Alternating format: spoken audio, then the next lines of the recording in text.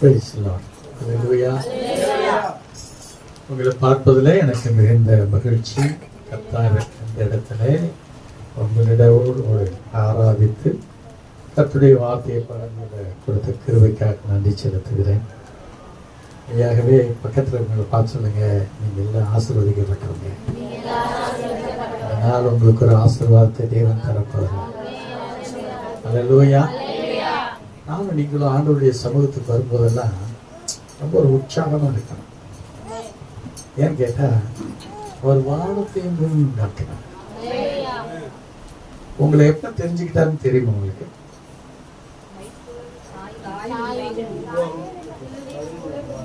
எப்படி அழகா சொல்றீங்க, ரொம்ப சந்தோஷம். தாய் உருவாகும் முன்னமே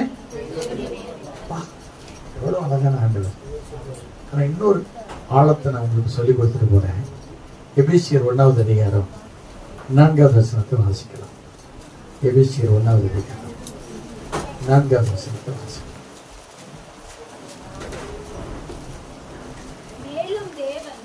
மேலும் தேவன் இல்ல வசனம் மாத்தி வாசிக்க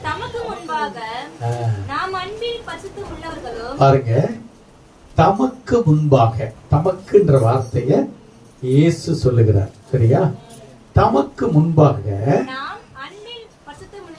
அன்பில் பரிசுத்தம் உள்ளவர்களும், எதுல? அன்பில் பரிசுத்தம் உள்ளவர்களும் குற்றம் இல்லாதவர்களுமாய் இருப்பதற்கு அவர் உலக தோற்றத்திற்கு முன்னே கிறிஸ்துவுக்குள் எப்படி நீங்க என்ன சொன்னீங்க? ஆனா அவர் என்ன சொல்றாரு? பூமியே என்ன உருவாகலப்பா, ஆனா அப்பயே நான் உங்களை என்ன செஞ்சுக்கிட்டேன். அப்ப நானும் நீங்களை எவ்வளவு பெரிய விசேஷம். அதாவது உலகத்துல இருக்கிறவங்களை விட நீங்க மேன்மையானவர்கள் என்பதை முதல்ல புரிஞ்சுக்கணும். நான் யாரும் தெரிஞ்சாதான் இந்த உலகத்தை நான் ஜெயிக்க முடியும். எனக்குள்ள என்ன பவர் இருக்குன்னு தெரிஞ்சாதான் இந்த உலகத்தை ஜெயிக்க முடியும். ஆனா நீங்க நம்மளும் நானும் நீங்களும் இன்னைக்கு கிறிஸ்தவம் வேற ஒரு பாதையில போகுது. அது ஒரு கொஞ்சம் ஆசீர்வாதம், ஒரு சின்ன வீடாவது கிடைக்காது. ஐயா, இந்த வீட்டுல ரொம்ப கஷ்டம், வருமானத்தை கொஞ்சம் கூட்டி கொடு, இப்படி கேட்கிறவங்களா தான் மாறி இருக்குமே தவிர தேவன் என்னை இந்த உலகத்தில் தோன்றுவதற்கு முன்னமே என்ன செஞ்சிருக்காரு? தெரிந்து கொண்டிருக்கிறார். என்னவாக? அவருடைய பிள்ளையாக, அவருடைய ஜனமாக, அவருடைய தேசத்தின் பிரஜைகளாக தெரிந்து கொண்டது மாத்திரம் இல்ல, அவருக்கு முன்பாக எப்பொழுதும் நிக்கணுமா? யாருக்கு முன்பாக? அவருக்கு முன்பாக. எப்படி நிக்கணுமா? அன்பிலே. அன்புல என்னவா இருக்கணும்? பரிசுத்தம். பரிசுத்தம் கேள்விப்பட்டிருக்கிறோம், ஆனா அந்த அன்புல பரிசுத்தம் இருக்கா? யோசிக்க வேண்டிய வார்த்தை தானே. அன்புல எப்படி சார் பரிசுத்தம்? சில மனைவிமார்கள், என் கணவர் என்கிட்ட அன்பே காட்ட மாட்டேன். கேள்விப்பட்டிருக்கீங்க? நிறைய பேர் என்ன சார் வாழ்க்கை சமாதானமே இல்லை, என் கணவர் ரொம்ப, அவர் அன்பெல்லாம் குடியில தான் இருக்கு.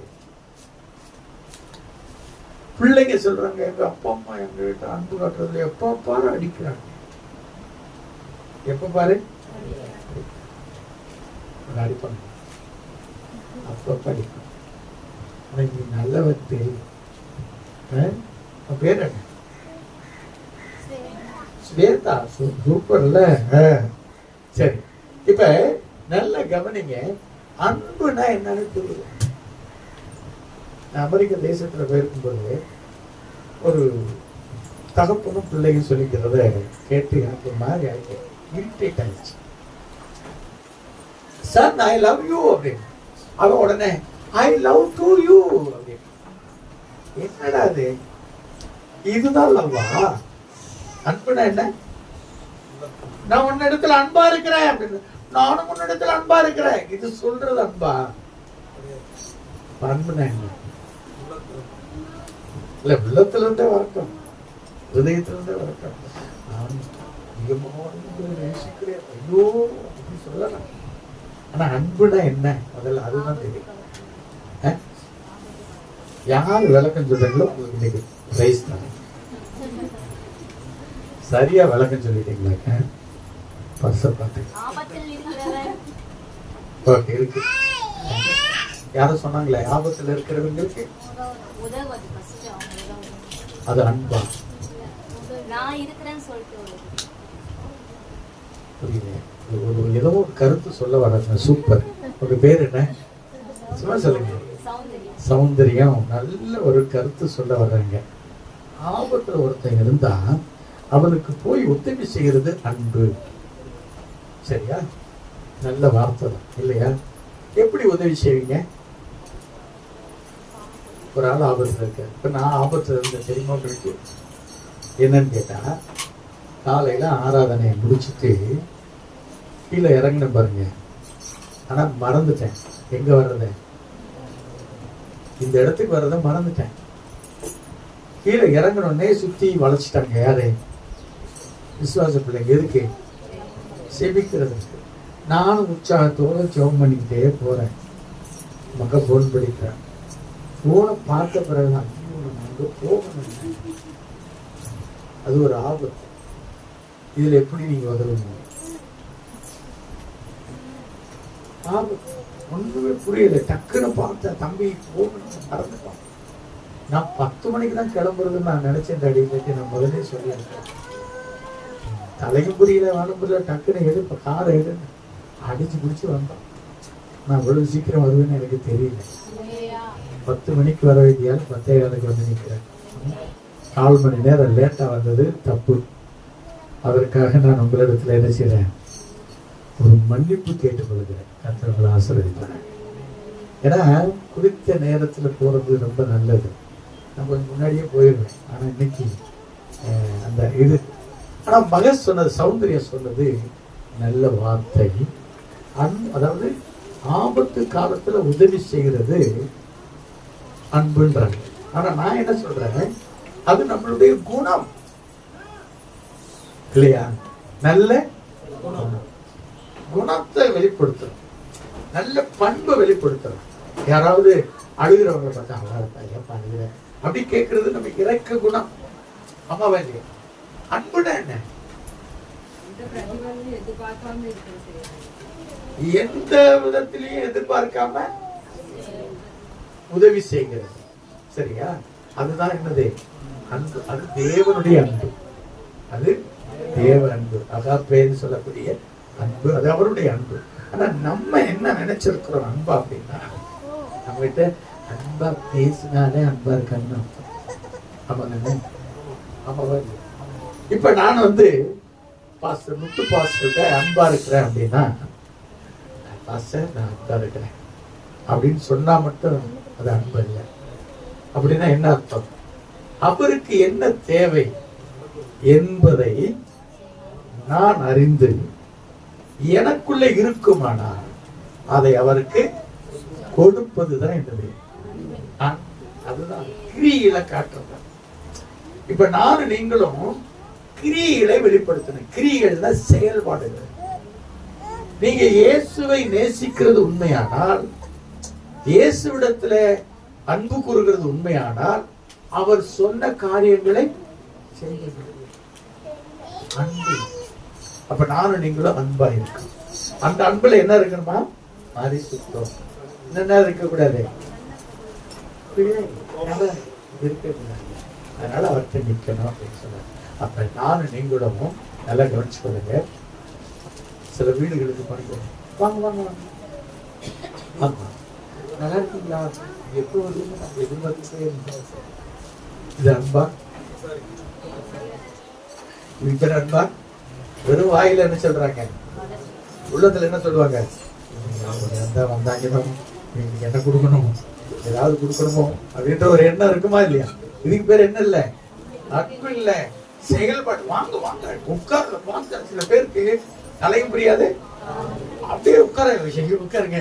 எங்க இவங்க ஆடிக்கிட்டுருவாங்க. இங்க ஓடுவாங்க, அங்க ஓடுவாங்க. அப்ப அவங்க இருதயத்துல என்ன இருக்கு? அதுதான் செயல். புரியுதா உங்களுக்கு? அப்ப நீங்க உங்க பிள்ளைகளிடத்துல காட்டுகிற அன்பும், மனைவி இடத்துல காட்டுகிற அன்பு, கணவன் இடத்துல காட்டுற அன்பு செயல்பாட்டுக்குள்ள வரணும். அதான் தேவன் விரும்புகிறார். ஆமென். சத்தமானதே சொல்லுங்க. நீங்களும் நானும் பெரிய ஒரு ஆசீர்வாதத்தை பெறுவதற்கு தேவன் உங்களை தெரிஞ்சுக்கிட்டார். ஆனா அந்த ஆசீர்வாதத்தை எப்படி பெறுறதுன்னு தான் தெரியும். எப்படி பெறுவது? வாசிங்க ஒரு வசனத்தை. Thank you Jesus. சங்கீதம் 113:15 வாசிங்க.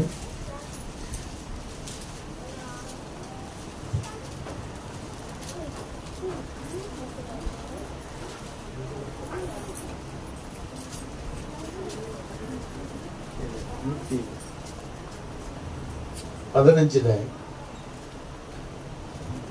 பாருங்க.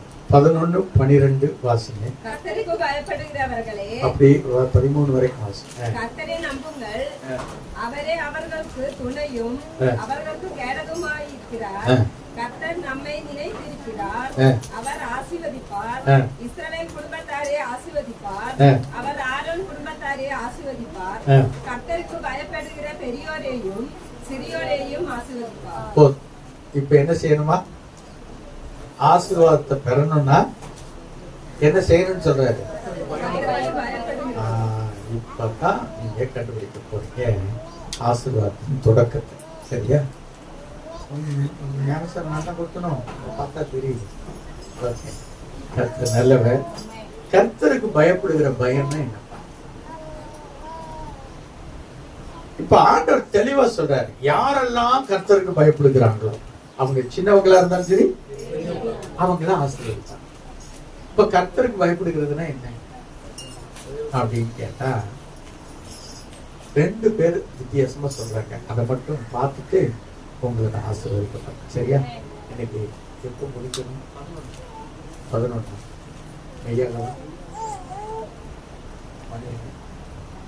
ஓகே, முடிச்சிருங்க. சரியா? சரியா? கர்த்தருக்கு பயப்படுகிற பயம் ஒரு மனுஷனுக்கு இருக்குமானால் அவன் ஆசீர்வதிக்கப்படும். இன்னைக்கு கிறிஸ்தவங்க சொல்லுங்க, நீங்க கர்த்தருக்கு பயப்படுறீங்களா? யாரெல்லாம் கர்த்தருக்கு பயப்படுறீங்களோ நான் தைரியமா சொல்லுவேன், அவனுக்கு இந்த பூமியில எந்த குறையும் இருக்க. உனக்கு என்ன வேணும்னு நினைக்கிறியோ அதை ஆண்டவர் கொடுப்பார். இப்ப அந்த ஆசீர்வாதத்தை பெறணும். இப்ப கிறிஸ்தவங்களா நம்ம சபைக்கு வர்றவங்க எல்லாம் சொல்லுங்க, உங்களுக்கு எல்லா தேவையும் சந்திக்கப்பட்டிருக்கா? இல்ல. அப்ப ஏதோ கோளாறு இருக்கு. அந்த கோளாறை கண்டுபிடிச்சிட்டவாக்க ஜெயிச்சிட்டோம். எப்பயுமே எதுல நமக்கு குறைவு வருது, ஆசீர்வாத குறைவு வருதுன்னா ஆராய்ச்சி பண்ணணும். குடும்பங்கள்ல அப்படி செய்யறது இல்லை. குடும்பம் ஆசீர்வதிக்கப்படுவதற்கு குறைகள், சண்டைகள் வருது அப்படின்னா சண்டை முதல் நிப்பாட்டணும். சண்டை போடுறது நிப்பாட்டிட்டு ஏன் இந்த குறைவு, இதுக்கு காரணம் என்ன அப்படின்னு ஆராய்ச்சி பண்ண மக்கள் ஆசீர்வாதம் தானாகும். இப்ப இவர் என்ன சொன்னாரு?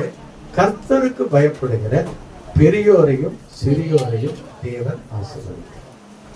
அப்ப கர்த்தருக்கு பயப்படுகிற பயம் நமக்கு இருந்தா ஆசீர்வாதம் வரும். இப்ப உலகத்திலே ஞானின்னு பேர் பெற்ற ஒரு மனுஷன் யாரு? சாலமன் இல்லையா? அவனுக்கு முன்னாடியும் அவ்வளவு ஞானம் இல்லையா? அவனுக்கு பின்னாடியும். அப்ப அவன் தான் ஞானி இல்லையா? அவன் என்ன சொல்லுகிறான் அப்படின்னு வாசிங்க. நீதிமொழிகள் 8வது அதிகாரத்துல 13வது வசனத்தை வாசி. தீமையை வெறுப்பதே கர்த்தருக்கு பயப்படுகிற பயம், பெருமையையும்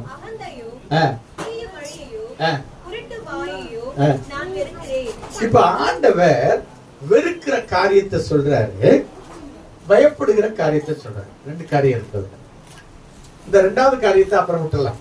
சரியா? முதல் காரியத்தை மட்டும் நம்ம படிக்கலாம். என்ன காரியம்? கர்த்தருக்கு பயப்படுகிற பயம்னா என்ன அப்படின்னா தீமையை விட்டு இல்ல, தீமையை விட்டு வேலை, தீமையை வெறுக்கணும். எத்தனை பேர் தீமையை வெறுத்திருக்கிறீங்க? தீமைன்னா என்ன? சொல்லு. வயசு என்ன? வயசு என்ன? 12 கண்டிப்பா உனக்கு நல்லது கெட்டது தெரியும். தீமைன்னா என்ன? இப்போ உன்னை ஸ்கூலுக்கு அனுப்புறாங்க, டாடி மம்மி, சரியா? ஸ்கூலுக்கு அனுப்புறாங்க, போயிட்டே இருக்கிறேன். ஸ்கூல்ல சைக்கிள்ல போறியா? அம்மா கொண்டு வந்து விடுவாங்க. சரி, பரவாயில்ல. அம்மா கொண்டு வந்து விடுறாங்க இல்லையா? அவங்கள ஒன்றும் செய்ய முடியாது. கொண்டு வந்து விடுறாங்க, கொண்டு வந்து கூப்பிட்டு வந்துடுவாங்க, சரியா? இப்போ நீ ஸ்கூல் கண்டிப்பாக போயிடுவேன், சரியா? யார் சைக்கிளில் போகிறது? யாரு நடந்து போகிறது? நீ போகிறேன். ஓகே, சரி. இப்போ இவங்கிட்ட கேட்குறேன். சைக்கிளில் போகிறேன், ஸ்கூலுக்கு போய்கிட்டே இருக்கிறேன். போகும்போது உன் ஃப்ரெண்ட் அந்த பக்கம் இருந்து வரான். அவன் வந்து என்னங்கடா போற? ஸ்கூலுக்கு போகிறேன். நீயே? நான் இன்னைக்கு ஸ்கூலுக்கு போகல, நான் முக்கியமான ஒரு இடத்துக்கு போகிறேன், வாடா அப்படின்னு கூப்பிடுறான். நீ என்ன செய்ய? அவன் கூட போயிரு. ஸ்கூலுக்கு போயிருக்கேன். எதுக்கு ஸ்கூலுக்கு போற? அவன் கூப்பிட்டது, வாடா சூப்பர் இடம், அழகா இருக்கு, வா, உனக்கு பெரிய ஆசீர்வாதம், ஆப்பிள் தராங்களா, சரியா? புதிய காரியத்தை நான் கற்றுக் கொடுக்கிறேன்னு சொல்றாங்க. என்ன சரி?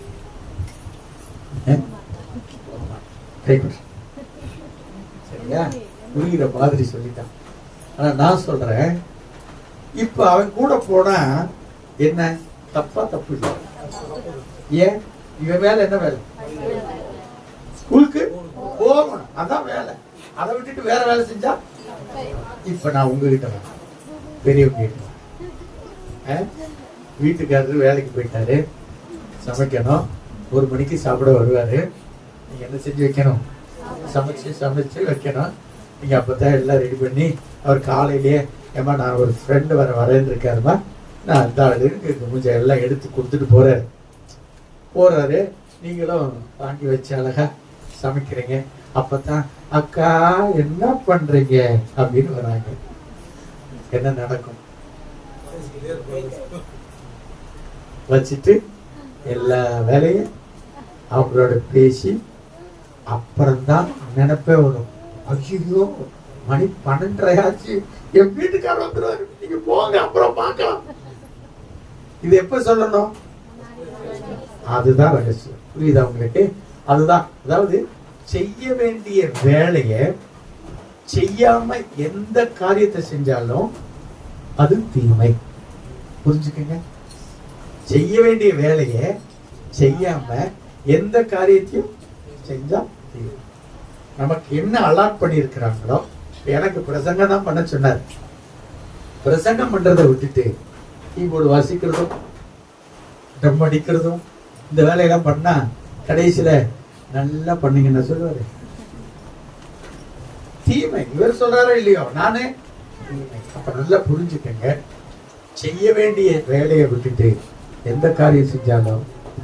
இப்ப நம்ம யோசிக்கலாம், இப்ப நம்ம கர்த்தருக்கு பயப்படுறோமா, பயந்து இருக்கிறோமா? இது வரைக்கும் இல்ல. அப்ப ஆசீர்வாதம் அதுதான் என்னன்னு கேட்டா, உலகத்துக்கும் நமக்கு என்ன வித்தியாசம் அப்படின்னா, உலகம் நம்மளை சொல்லி கொடுத்தே வளர்க்கும். பொய் பேச சொல்லி. ஆமாவா இல்லையா? பொய் பேசுறது நல்லதா கெட்டதா? நல்லா தெரியும் கெட்டது. ஏன்னா முதல்ல இந்த காரியத்தை சொல்லாம லேட்டா சொல்றது ரகசியமா தான். பொய் பேசுறது நல்லா தெரியும் அது தப்புன்னு, ஆனா நம்ம பொய் சொல்லிக்கிட்டே இருக்கிறோமா இல்லையா? வந்துருதுல்ல. எங்கடா போற? என்னத்த சொல்றீங்க? உண்மையை சொன்னா என்ன மாட்டிக்கிறீங்க? சும்மா என் ஃப்ரெண்ட் அந்த பக்கம் வர சொன்னாரு, பொய் இல்லையா? வர்றாரு, சமைக்க லேட் ஆயிருச்சு, நீங்க சமைச்சுக்கிட்டே இருக்கிறீங்க, வந்துட்டாரு, என்னம்மா லேட்டு? அங்க உங்களுக்கு என்ன, உங்க வாட்டுக்கு போயிட்டீங்க, இந்த ஸ்டவ் திடீர்னு என்ன செய்யல, நாங்க கூட அந்த சிவகாமி வந்தாங்க பேசிட்டு இருந்தோம்ல, கதை வராது, அந்த கதையில வராது. என்ன பண்ற? பழி யார் மேல? அது அன்னைக்கே நான் சொன்னேன், இது சர்வீஸ் கொடுக்கணும் கேட்டீங்க, யார் மேல? பழி சொல்லி அப்புறம் சரி சரி பரவாயில்ல ஃப்ரெண்டுக்கு சொல்லி சமைச்சு சாப்பிட்டு இப்ப என்ன சொல்றோம் போய். ஆனா நல்லா கவனிங்க, வேதம் சொல்லுகிறது உண்மையுள்ள மனுஷன் பரிபூர்ண ஆசீர்வாதம். அப்ப எங்க மிஸ் பண்றோம்? நம்ம கிட்ட இருக்கிற உண்மையை வெளிப்படுத்த தெரியாம பொய்ய சொல்றதுனால ஆசீர்வாத குணம் தடை. அப்ப கிறிஸ்தவங்க ஏன் ஆசீர்வதிக்கப்படல? நான் சொல்றேன், கிறிஸ்தவங்களுக்கு ஒரு குறையும் இருக்கு. கர்த்தரை தேடுகிறவர்களுக்கு ஆண்டவர் இவ்வளவு ஆசீர்வாதத்தை தர வல்லவரா இருக்கிறவரை ஏன் நமக்கு ஆசீர்வாதம் இல்லை? அப்ப ஆராய்ச்சி பண்ணி பார்த்தா நானும் நீங்கள் என்ன செய்யறது இல்லை, தீமையை வெறுக்க தெரியவில்லை. என்னைக்கு ஒரு மனுஷன் தீமையை வெறுக்க அவன் ஆசீர்வதிக்க. அப்ப தீமை என்ன அப்படின்னா, எனக்கு என்ன கொடுக்கப்பட்டு இருக்கோ வேலை, அந்த வேலையை செய்யலைன்னா கண்டிப்பா இன்னைக்கு பிள்ளைங்க எல்லாம் படிக்க மாட்டேன்றாங்க, விளையாட்டு. ஆனா அவங்கள விளையாட சொல்லுங்க, போக மாட்டான். ஏன்னா மாற்றி செய்ய வைக்கிறது தான் பிசாசனுடைய வேலையை. சகோதரிகள் எல்லாம் எல்லாமே செய்ய வேண்டிய வேலையை அழகா செய்யறதுக்கு ரெடியா இருப்பாங்க. ஆனா ஏதாவது ஒண்ணு யார் மூலமா வரும், இந்த மாதிரி ஒரு ஆள் அக்கான்னு வரும். நீ அக்கான்னு வந்தோடனே என்ன செஞ்சிருந்தான், ஐயோன்னு அன்பா இறங்கிடக்கூடாது, நான் முக்கியமான வேலையில இருக்கிறேன், நானே கூப்பிடுறேன் போ, அனுப்பிச்சிடணும். அப்படி அனுப்பிச்சமாக்க நானும் நீங்களும் ஜெயிச்சிட்டோம். புரிஞ்சவங்க மட்டும் ஒரு அறிவிச்சு. அப்ப இன்னைக்கு ஆசீர்வாதம் உங்களுக்கு வந்திருக்கா, வருவீங்க சத்தமா? அப்ப நானும் நீங்களும் தீமையை விட்டு விலகுவது என் ஆசீர்வாதத்தை கொண்டு. அதனால பொய்யே பேசக்கூடாது. தலைமுறை காரியமா தான். நம்ம ஊர்ல கதை சொல்றாங்க ஹரிச்சந்திரங்க. ஆனா அவனை வறுமையா காட்டுறாங்க. ஆனா வானத்தை பூமி உண்டாக்குறவன் உன்னை ஐஸ்வர்யவன் ஆக்குவான், மேன்மையா இருப்பான். வசனம் என்ன சொல்லுது? பரிபூர்ணம். பரிபூர்ணம்னா என்ன அர்த்தம் தெரியுமா? நிரம்பி வழிகிறது, ஃபுல்னஸ். எனக்கு காலையில 4 இட்லி இருந்தா போதும், சரிங்களா? 3 இட்லி தான் இருக்கு, பச்சாக்கலை. ஆனா சாப்பிடுவோம், பரவாயில்லை. ஆனா என்ன இல்லை, திருப்தி இல்லை. இப்ப 4 இட்லி இருக்கு, போதும். 5 இட்லி இருந்தா, 10 இருந்தா ரொம்ப அதிகம். யாராவது வந்தா கூட இப்ப வந்தா என்ன செய்வான், பாப்பா பாப்பா நீ சாப்பிட தட்டு எடுத்துப்பா, அவர் 2 இட்லி வை முதல்ல. அவர் 2 போதுமா இல்ல 3 சாப்பிடுறாரா தெரியாது, இல்ல ஒரு 2 இட்லி வை சொல்லலாமா இல்லையா? இன்னைக்கு நம்ம அப்படி இருக்கிறோமா? பாஸ்டர் சொல்லிட்டு வரக்கூடாதா? எதுக்கு? நீங்க சொல்லிட்டு வந்தா நான் என்ன பண்ணி வச்சிருப்பேன் தெரியுமில்ல. நீ சொல்லாம வந்துட்டியே, பாஸ்டர் வர பாக்குற கணவன் அங்க வர சைக்கிள் அங்க போகும், என்ன போய் ஒரு காப்பியாவது வாங்கிட்டு வந்தேன். என்ன பார்த்து பாஸ்டர் பால் இருந்துச்சு, நான் என்ன சொல்றேன், அதெல்லாம் சொன்னாங்க, எத்தையும் சொன்னாங்க. உங்ககிட்ட இருக்கிறத கொடுத்துட்டு நீ எதையுமே சொல்ல, உங்ககிட்ட இருக்கிறத பாஸ்டர் வாங்க ரொம்ப சந்தோஷம், பிளாக் டீ கொடுத்தோம், இல்ல ஏதோ ஒரு தண்ணியை கொடுத்தோம், சந்தோஷமா. அப்ப ஆசீர்வாதத்தை தேவன் கொடுக்கிறார். அதனாலதான் அவர் சொல்ற வார்த்தையை நல்லா கவனிங்க. ஒரு கலசம் தண்ணீர் கொடுத்தால் அதுக்குரிய பலனை அடையாமல்.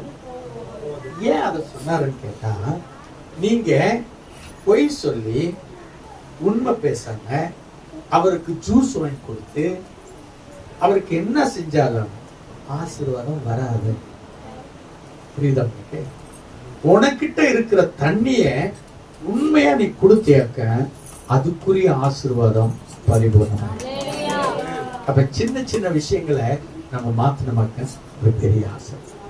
சதமரையில சொல்லுவோம், கையை பிடிச்சி சொல்லுங்க, இனி பொய் சொல்லக்கூடாது, கர்த்தருக்கு பயப்படணும். கர்த்தருக்கு பயந்தான் ஆசீர்வாதம் வரும். அப்ப நானும் நீங்கள் என்ன செய்யணும் சொல்லுங்க, பொய் சொல்ல கூடாது. அல்லேலூயா, சத்தமா. விசுவாசத்தின் தகப்பன் என்று சொல்லுகிற ஒரு மனுஷன், அவன் ஆண்டவர் அவங்கிட்ட ஒரு காரியத்தை சொல்றாரு, கர்த்தருக்கு பயப்படுகிறதுனா என்ன அப்படின்னு நம்ம பார்க்கலாமா? இப்ப ஞானி சொன்னார். ஆமா இல்லையா? யார் சொன்னது? இது ஞானி சொன்னாரு, தீமையை விட்டு வெறுப்பது கர்த்தருக்கு பயப்படுகிற பயம். இப்ப வாசிங்க, ஆதியாகம புஸ்தகத்தை எடுத்துங்க, 22வது அதிகாரம்.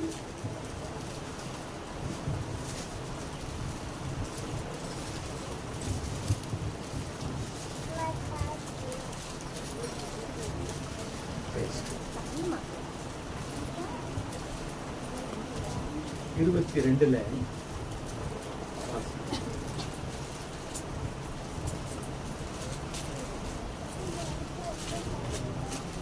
12வது வசனம். அப்பொழுது அவர் பிள்ளையாண்டான் மேல் உன் கையை போடாது, அவனுக்கு ஒன்றும் செய்யாது. நீ அவனை உன் புத்திரன் என்றும் உன் ஏகசுதன் என்றும் பாராமல் எனக்காக ஒப்பு கொடுத்தபடியினால் நீ தேவனுக்கு பயப்படுகிறவன் என்று இப்பொழுது அறிந்திருக்கிறேன் என்றார். என்ன சொல்றாரு இங்க? என்ன ஆண்டவர் சொல்றாரு? தேவனுக்கு பயப்படுகிற பயம் என்னவா? சொல்லுங்க, என்ன சொல்றாரு? எத்தனை பேருக்கு புரியுதுன்னு தெரியலையே. என்ன சொல்றாரு? பிள்ளையாண்டன் மேல் கை போடாதடா, பிள்ளையாண்டன் மேல கை போடாத. இப்பொழுது நான் அறிஞ்சிருக்கிறேன் நீ யாருக்கு பயப்படுறவங்க, என்ன செஞ்சா அப்படின்றத நான் சொல்றேன். இப்ப இந்த அதிகாரத்தை வீட்டுல போய் வாசிங்க, வேற இல்லாதனால சொல்றேன். ஆண்டவர் சொன்னாரு 100 வயசுல அவனுக்கு ஒரு குழந்தையை கொடுத்தார். யாருக்கு? இன்னைக்கு நடக்கும். அது நடக்கும். விசுவாசித்தா நடக்கும். 100 வயசுல கொடுத்துட்டு அவன் ரொம்ப சந்தோஷமா இருக்கிற போது நல்லா வளர்ந்துட்டான். இப்ப ஈசாக்குன்னு லேட்டா குழந்தை பிறந்தா எப்படி இருக்கும்? அது மேல அன்பு அதிகமா தானே இருக்கும். அது மாதிரி அன்பு சென்னை நம்ம மேல, நமக்கு அன்பு மேல நம்ம கிட்ட அன்பு இல்லை, நமக்கு பயப்படுறவன் மாதிரி தெரியல. ஒரு வார்த்தை சொன்னாரு, டேய் ஏகபுத்திரனும் நேசகுமாரனுமாகிய ஈசாக்க எனக்கு பலி கொடு. என்ன கொடு? யாராவது செய்வோமா? சொல்லுங்க, செய்ய மாட்டேங்க. ஆனா இவன் என்ன செய்யறான்? நேர கொண்டு போய் மோரியா மலையில நல்ல கல்லுல கட்டையெல்லாம் அடுக்கி பிள்ளைய வச்சு கட்டி என்ன செய்ய போறான்? வெட்ட தயாரான போது ஆண்டவர் சொல்றாரு, நீ கைப்படாத, நீ எனக்கு பயப்படுகிறவன். இப்ப என்ன அர்த்தம் அப்படின்னா, ஆண்டவர் என்ன கேட்டாலும் அவருக்கு கொடுக்கும். அப்படி கொடுக்கிற எண்ணம் இருந்தா நீங்க என்ன ஆளுன்னு அர்த்தம்? கர்த்தருக்கு இப்ப புரிஞ்சுக்கலாம். முதல்ல என்னது? தீமையை வெறுக்கணும். ரெண்டாவது, ஆண்டவர் என்கிட்ட கொடுன்னு என்ன சொன்னாலும் கொடுத்தோம். ஆனா நமக்கு அதுதான் பெரிய பாடம். தசம பாகம் கொடுன்னு ஆண்டவர் சொல்லியிருக்காரு. நம்ம கொடுக்குறோமா? கொடுக்க மாட்டோம். பாஸ்டருக்கு அதெல்லாம் வேற விதத்துல எப்படியாவது வரும். நம்ம கொடுக்கறது இல்லையா? அந்த பால் கதை தெரியுமா? ராஜா, நீங்க என் மேல அன்பா இருந்தா எல்லாரும் ஒரு டம்ளர் என்ன செய்யுங்க, பாலை ஊத்துங்க. கடைசியில என்ன நடந்தது? ஏன் எல்லாரும் என்னதான் நினைச்சாங்க? என்ன நினைச்சாங்க? எல்லாரும் பால் ஊத்துவாங்க, நம்ம ஒரு டம்ளர் தண்ணி ஊத்துறதுல யாருக்கு தெரிய போகுது அப்படின்னு எல்லாருமே என்னதான். இன்னைக்கு இந்த கதை தான் நடக்குது, புரியுதா? ஆனா நான் என்ன சொல்றேன், ஏன் கொடுன்னு சொன்னாருன்னா, நீங்கள் ஆசீர்வதிக்கப்படுவதற்கு, நீங்கள் மேன்மையா இருப்பதற்கு, உங்களுக்கு எந்த குறையும் வரக்கூடாது என்பதற்கு தேவன் 2 காரியத்தை சொல்றார். ஒண்ணு தீமையை வெறுக்கணும், இன்னொன்னு கொடுக்கணும். நேரத்தை கொடுக்கணும். முதல்ல யாருக்கு? சரியா 8:30 மணிக்குன்னா 8:30 மணிக்கு வந்துடணும். நம்ம என்ன செய்வோம்? பாட்டு பாடுவாரு, 2 பாட்டு பாடட்டுமே, பாடுறோம், அப்புறம் அப்படியே வருவோம். சாட்சி, ஆமா, யாராவது எழுந்து ஏதாவது சொல்லிட்டு இருக்கோம், அதெல்லாம் செய்தி கரெக்டா போயிடலாம். அப்படி இப்ப எல்லாம் நம்ம எண்ணத்தை கொடுக்கல யாருக்கு? அப்ப ஆண்டவர் பார்க்கிறாரு, உங்க கொடுக்க மாட்டேன்றாங்க, எனக்கு பயப்பட மாட்டேன்றாங்க, அதனால உங்களுக்கு என்ன இல்லை. ஆனா ஆண்டவர் சொன்ன வார்த்தை, கர்த்தருக்கு பயப்படுகிற பெரியோரையும் சிறியோரையும். அப்ப யார் பயந்தாலும் சரி, சின்னவங்களா இருந்தாலும் பெரியவங்களா இருந்தாலும் கர்த்தருக்கு பயந்தா போதும், ஆண்டவர் ஆசீர்வாதத்தை தரும். அப்ப நீங்க பயப்படுகிற அனுபவம், கொடுக்கிற அனுபவம். சத்தமா சொல்லுமா? புரிஞ்சுக்கிட்டீங்க? எத்தனை பேர் ரெடியா இருக்கிறீங்க? அப்படியே எழுதி செவிக்கு. எனக்கு மணி சரியா இருக்குன்னு நினைக்கிறேன். கொடுத்த நேரத்துல கர்த்தர் நமக்கு ஒரு நல்ல வார்த்தை கொடுத்தார். எத்தனை பேருக்கு இது பிரயோஜனமா இருந்துச்சு? நாங்க வரும்போது பேசிட்டு வந்தோம், இனிமே திருச்சபையில சொல்லி ஒரு 3 நாள் கூட்டம் நடத்தி ஈவினிங் பேசிட்டு ஞாயிற்றுக்கிழமை உங்களுக்கு நேரம் எடுத்து நல்ல காரியங்களை கற்றுக் கொடுக்க கர்த்தர் உதவி செய்வார். சத்தமாதில்லை சொல்லமா? வசதிப்படி நீங்க எல்லாரும் தீர்மானிச்சு ஒரு 3 நாள் கூட்டத்தை ஒழுங்கு செய்ய கர்த்தர் உங்களுக்கு உதவி செய்வார். நிச்சயமா நான் நம்புறேன், அடுத்து உங்களுக்கு இந்த இடம் பத்தாது. எத்தனை பேர் இந்த இடம் போதும்னு நினைக்கிறேன்? இது பத்தாது. சரியா?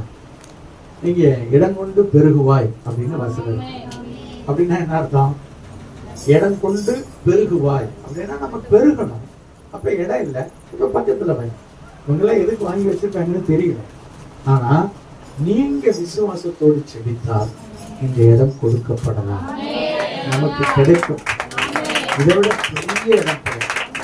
நான் சொன்னேன், இந்த இடத்துல சபை கட்டுற மாதிரி தான் பிளான் இருந்தது. நான் சொன்னேன் உடனே, இது அவ்வளவு நல்ல ஐடியா இல்லை, எப்படியும் ஒரு கிரவுண்டாவது நிற்பாங்க.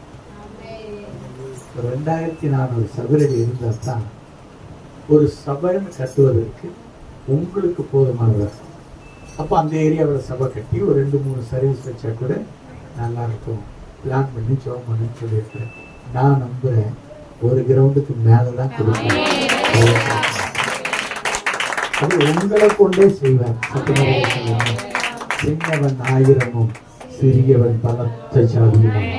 நீங்க ஒரு பலத்த ஜாதியை பெருகத்தோம், ஒரு திரள் கூட்டமா பெருகத்தோம். கர்த்தர் உங்களை மேன்மையை வைக்கத்தோம். கர்த்தருடைய மகிமை உங்களோடு புதிய கண்களை மூடி ஆண்டவருடைய சமூகத்தில் ஒப்பு கொடுப்போமா? ஹல்லேலூயா. இயேசுவே, நாங்கள் நன்றி செலுத்துகிறோம் அப்பா. கர்த்தருக்கு பயப்படுகிற பெரியோரையும் சிறியோரையும் என் தேவன் ஆசீர்வதிக்கிறீர் என்று சொன்னீங்க. இங்க வந்த பெரியோரையும் சிறியோரையும் உடைய கரத்துல தருகிறேன். இனி இவர்களுக்கு ஒரு குறையும் இருக்கக்கூடாது. அவர்களுக்கு ஒருவேளை வருமானம் குறைவா இருக்கலாம், கடன் பிரச்சனைனால திண்டாடலாம், ஒருவேளை சரீரத்துல குறைவா இருக்கலாம், அந்த சமாதானத்திலையும் குறைவா இருக்கலாம். அதையெல்லாம் இந்த நேரத்துல நீங்க மாற்றி கொடுத்து இவர்கள் ஒரு அதிசயத்தை கண்டு அற்புதங்களை செய்தார் இயேசு. என் தேவன் இருக்கிற வரைக்கும் எனக்கு எந்த குறையும் இல்லை, என் வாழ்க்கை மேன்மையானது, அது அதிசயமானது. நான் ஆசீர்வாதத்தின் ஊற்றை அதை பெற்றுக்கொள்வதற்குரிய ரகசியத்தை நான் பெற்றுக்கொண்டேன். சாவி என் கையில் இருக்கிறது, நான் திறந்து ஆசீர்வதிக்கப்படுவேன். கர்த்தருக்கு பயப்படுகிற பயம் எனக்குள்ளே வரும்போது நான் மேன்மை அடைவேன் என்று சொல்லி இந்த நிமிஷத்துல ஒப்புக் கொடுக்கிற ஒவ்வொரு பிள்ளைகளையும் என் தேவன் ஆசீர்வதித்து நன்மையின் பலத்தால் இடை கட்டுகிறார். ஆமென். ஹல்லேலூயா. உன்னை வாளாக்காமல் இயேசு தலையாக்குவார், உன்னை கீழாக்காமல் இயேசு மேலாக்குவார். உன்னை வாளாக்காமல் இயேசு தலையாக்குவார், உன்னை கீழாக்காமல் இயேசு மேலாக்குவார். ஜெயம் அல்லேலூயா, ஜெயம் அல்லேலூயா.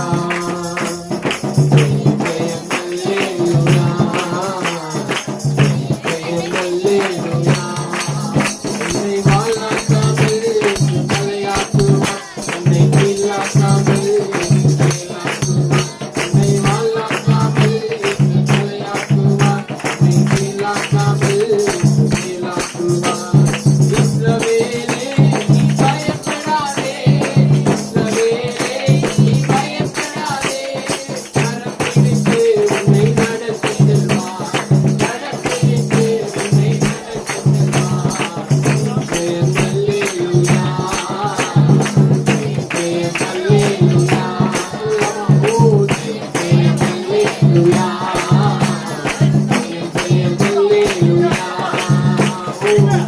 அல்லேலூயா